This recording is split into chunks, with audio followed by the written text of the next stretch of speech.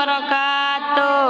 Kami dari kelompok 5 akan mempresentasikan makalah yang berjudul Struktur dan Organ Reproduksi Wanita dan Proses Oogenesis. Saya Imam Ismawati sebagai moderator. Saya Karisma sebagai materi. Saya Putri Marisa sebagai materi 2. Saya Nurul Fadl sebagai materi 3. Saya Tiara Ramadhani sebagai non-kuliah. Baik, saya akan serahkan kepada pemateri untuk menjelaskan materi.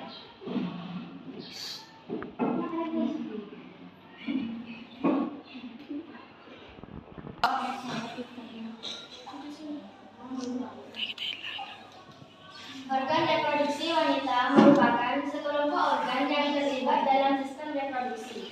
Organ-organ ini memiliki wanita sejak lahir, namun kemampuan reproduksinya baru akan dimulai setelah masa pubertas. Struktur dan organ reproduksi wanita memainkan peran penting dalam proses reproduksi, yang mana meliputi siklus menstruasi, konsepsi, atau ketika sel telur dibuahi oleh sperma, kehamilan, dan persalinan. Menurut letaknya, organ reproduksi wanita dapat dibagi menjadi dua, yaitu organ yang berada di bagian luar tubuh dan organ yang A. Organ reproduksi wanita bagian luar. Organ reproduksi wanita bagian luar berkelompok di daerah bernama vulva, yang letaknya di luar vagina. Organ-organ tersebut termasuk labia. Labia adalah organ reproduksi wanita bagian luar yang berdiri dari dua pasang lipatan kulit di kedua sisi bukaan vagina, bernama labia majora dan labia minora. Labia majora adalah bibir kemaluan besar, berada di bagian luar dan akan ditutupi dengan tubuh. Kemaluan setelah memasuki masa pubertas, sedangkan labia minora atau bibir kemaluan kecil tidak berambut. Pars pubis, tonjolan lemak di atas labia yang ditutupi dengan rambut setelah memasuki masa pubertas. Bagian ini mengeluarkan zat feromon yang diduga berperan dalam proses terjadinya ketertarikan seksual. Lubang vagina. Ini merupakan pintu masuk ke vagina. Lubang uretra. Lubang uretra adalah tempat keluarnya urin dan kandungan urin.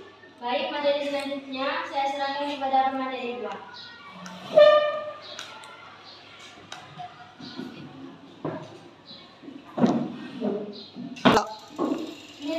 Klitoris merupakan pancaran titik di bagian atas labia minora yang sangat sensitif dan merupakan sumber utama kenikmatan seksual wanita. Kelenjar Bartholin atau kelenjar vestibular. Kelenjar ini terletak di dua sisi bukaan vagina dan berfungsi menghasilkan lendir rentan untuk menikmati vagina ketika berhubungan seksual. Organ reproduksi wanita bagian dalam. Organ reproduksi wanita yang ada di dalam tubuh terletak dalam rongga bakul. Organ-organ tersebut termasuk vagina. Organ ini terletak antara bagian bawah rahim dan tubuh bagian luar. Vagina merupakan lorong atau jalan keluar untuk melahirkan, serta tempat masuknya penis serta berhubungan seksual.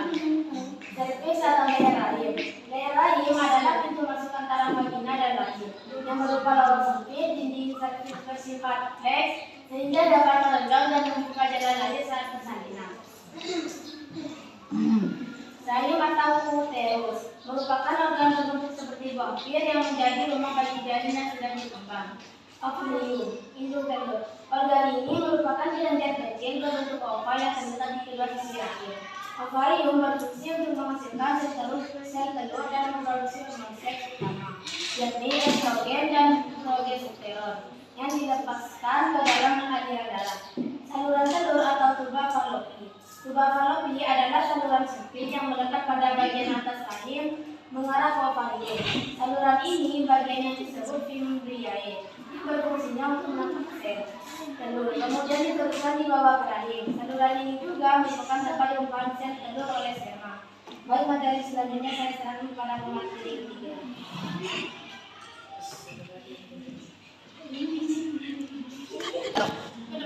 Proses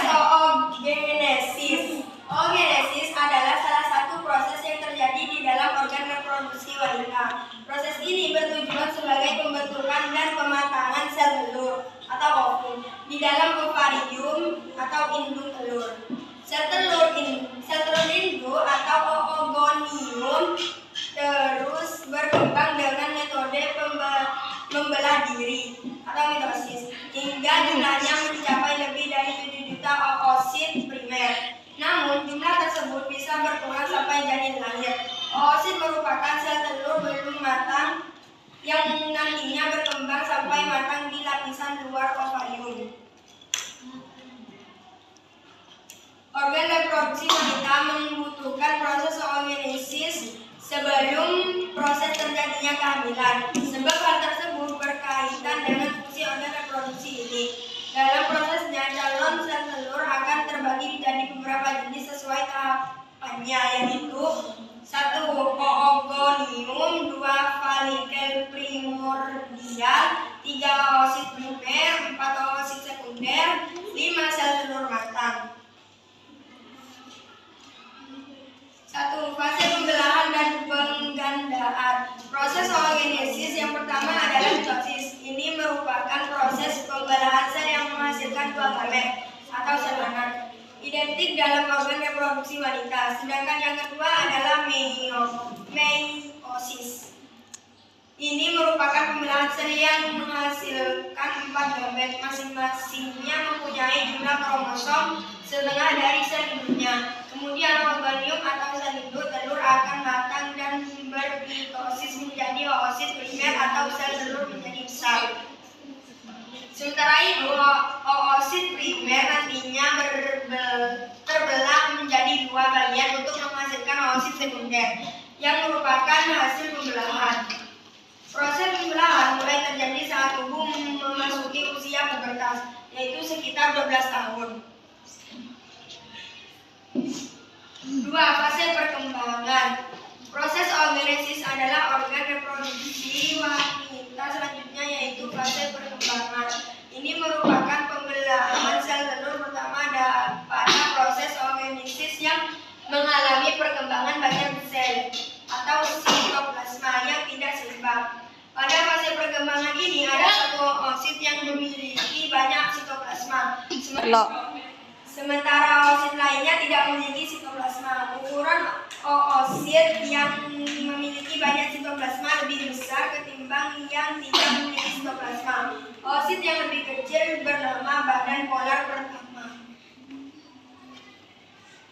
3. Fase pematangan. Setelah fase perkembangan terjadilah fase pematangan. Pada fase ini, oosit seukuran yang berukuran besar mengalami pembelahan sel telur kedua sehingga menghasilkan oosit. Pada saat yang sama, badan polar pertama juga membelah menjadi 2 badan polar kedua. Bisa dibilang ovulasi atau pematangan sel terjadi saat oosit mencapai tahap perkembangan oosit. Diperkirakan setiap wanita memiliki sekitar 400 sel matang seumur hidupnya. Setelah pembuahan, oosit sudah melewati tahap akhir pematahan dan bisa menjadi sel telur. Kemudian oosit berkembang menjadi sel telur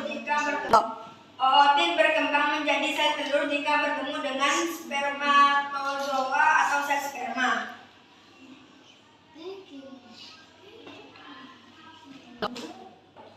Baik, apakah ada pertanyaan dari kelompok lain? Ada.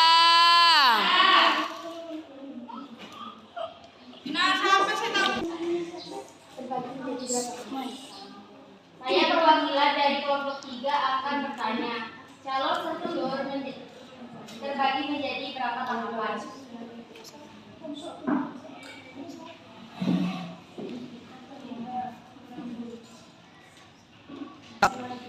Baik, saya serahkan kepada Nubulan untuk menjawab pertanyaan dari kelompok 3.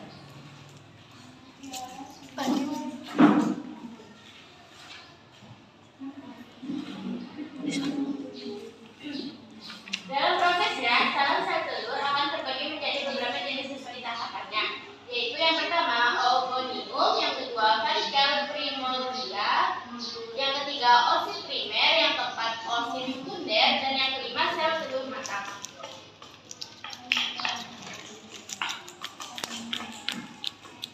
Baik, apakah pertanyaan jawaban kami bisa diterima? Bisa. Cukup sekian presentasi dari kami, kurang lebihnya mohon maaf. Assalamualaikum warahmatullahi wabarakatuh. Waalaikumsalam warahmatullahi wabarakatuh.